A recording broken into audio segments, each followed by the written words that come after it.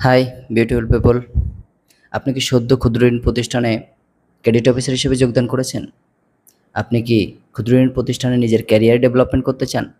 কিভাবে শুরু করছেন বুঝতে পারছেন না? তাহলে এই ভিডিওটি আপনার জন্য। ভালো লাগলে এই ভিডিওটি শেয়ার করে দেন, যা অনেকের প্রয়োজনে লাগবে। পাশাপাশি আমার আইডিতে ফলো করে রাখুন। এরকম অনেক ইম্পর্টেন্ট ভিডিও আসবে যা আপনার সেলফ ডেভেলপমেন্টে কাজে লাগবে। চলুন ভিডিওটি শুরু করা যাক। আপনি নতুন হিসাবে ক্ষুদ্র ঋণ কর্মসূচিতে ক্যারিয়ার ডেভেলপমেন্ট করতে গেলে মিনিমাম 15টা ইন্ডিকেটরস খুব ক্লোজ শিখতে হবে বা জানতে হবে। দেন আপনি সামনের দিকে এগিয়ে যেতে পারবেন। নাম্বার 1, আপনি নতুন যোগদান করার সাথে সাথেই যে অফিসে যোগদান করবেন তাদের সকলের সাথে সুসম্পর্ক স্থাপন করবেন।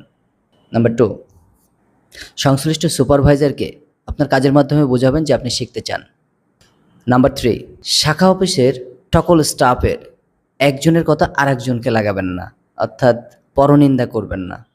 নাম্বার 4, আপনি আগামী 5 বছর পর, আগামী 10 বছর পর, আগামী 15 বছর পর নিজেকে কোথায় দেখতে চান তার স্বপ্ন দেখার শুরু করুন।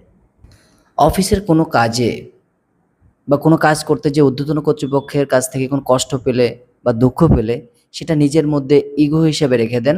এটাকে পরিবারকে জানাবেন না। পরিবারকে না জানিয়ে ওই কষ্ট থেকে শিক্ষা নেন, দেন সামনের দিকে এগিয়ে যাওয়ার জন্য একতাবদ্ধ হয়ে চলতে থাকুন। নাম্বার 6, সংস্থার ঋণ ও সঞ্চয় নীতিমালা আত্মস্থ করুন। নাম্বার 7, সংস্থার চাকুরি বিধিমালা আত্মস্থ করুন। নাম্বার 8, সবথেকে গুরুত্বপূর্ণ পয়েন্ট, ঋণী নির্বাচন করতে শিখুন।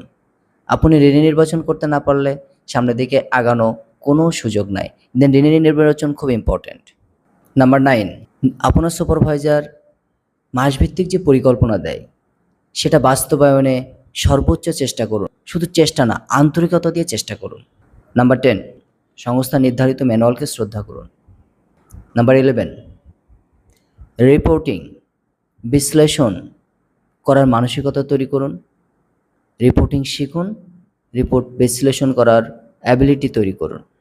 নাম্বার 12, সফটওয়্যার পরিচালনা করতে শিখুন। নাম্বার 13, ঊর্ধ্বতন কর্তৃপক্ষের সাথে বাকবিতণ্ডে জড়াবেন না। নাম্বার 14, আত্মসাৎ বা আর্থিক অনিয়মে জড়াবেন না। অ্যান্ড নাম্বার 15, অনৈতিক কাজে জড়াবেন না।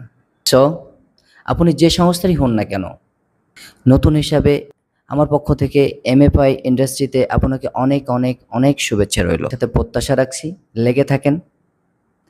রাগ করে এমএফআই ইন্ডাস্ট্রি ছেড়ে এমএফআই ইন্ডাস্ট্রিকে গালি দিয়ে চলে যাবেন না, কারণ আপনার সাথে যোগদান করেছে আপনার কলিগ, সে যদি পারে আপনিও পারবেন। So all the best our new colleague. Yes, আপনিও পারবেন। Thank you.